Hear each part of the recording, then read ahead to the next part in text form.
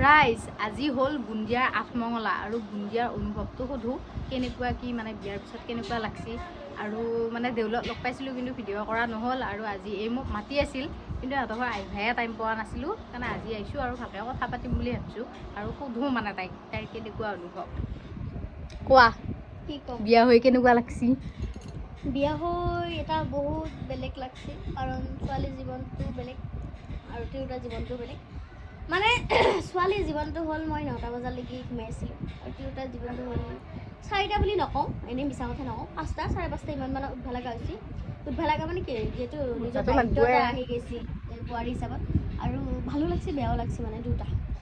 বুজাব নোৱাৰা অনুভৱ আৰু মই এতিয়া 11 দিনৰ পিছত মই নিজৰ ঘৰখনত আহিলোঁ 4 দিন থাকিলোঁ আৰু আজি মোক নিবা এইবোৰ দৰাই আৰু ধুনীয়াকৈ বনছে ভিডিঅ'বোৰ দেখাই থাকিব আপোনালোকে চাই থাকিব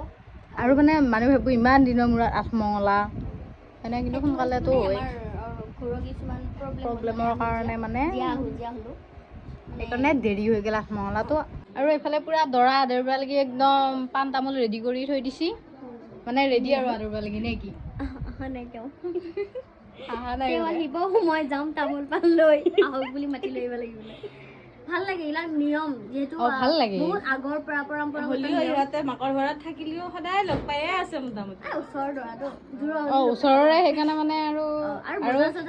আৰু মানে দৰাক আগতে ফোন কৰি কিনে কৈছে আজি মানে ঘপককে ভিতৰত সোমাই নাহিবি মই পাণ তামোল দি পুৰা আগবঢ়াই আনিম তাৰপিছতহে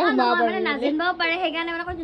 আৰু আহিবই আহা মানুহ নহয় সেইকাৰণে পতককে সোমাই আহিব গম নাপায় আৰু সেনেকে আৰু কথাবিলাক আৰু যিহেতু এইবিলাক পৰম্পৰাগত নিয়ম আৰু পিছতলৈকে কিমানলৈকে যায় নাজানো বাৰু আৰু সেইকাৰণে মোবাইলত সাঁচি ৰখাটো মোৰ কাৰণে বহুত ভাল বুলি ভাবোঁ আৰু মই যেনেকৈ সাঁচি ৰাখিছোঁ মোৰ পিছৰ মানে বাচ্ছাবিলাকে দেখা পাব